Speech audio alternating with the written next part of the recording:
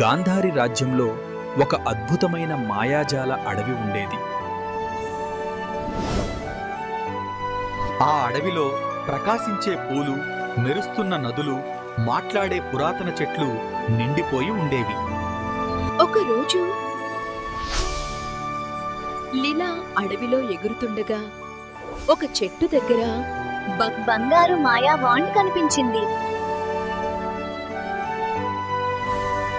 ఆ బంగారు మాయా వాండ్ చాలా ప్రకాశంగా మెరుస్తూ ఎంతో శక్తివంతంగా కనిపించింది.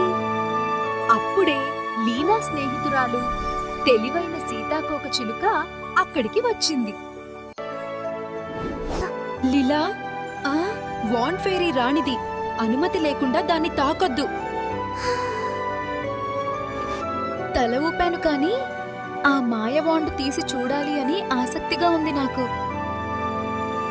కొంతసేపటి తర్వాత ఎవరూ చూడని సమయంలో నేను ఆ వాండును తీసుకుని ఊపుతాను. అడవిని ఇంకా అందంగా చేయి.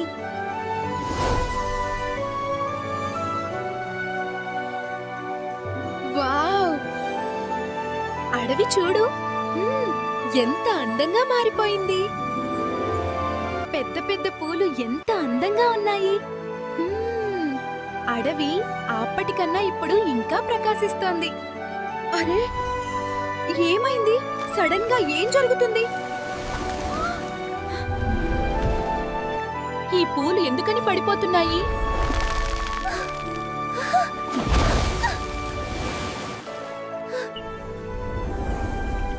ఏంటి ఈ కాంతులు ఇంతగా పెరిగిపోతున్నాయి? అందరికీ ఇబ్బందిగా ఉన్నట్టుంది. ప్రశాంతంగా ఉన్న అడవి ఇలా గందరగోళంగా మారడానికి కారణం నేనే.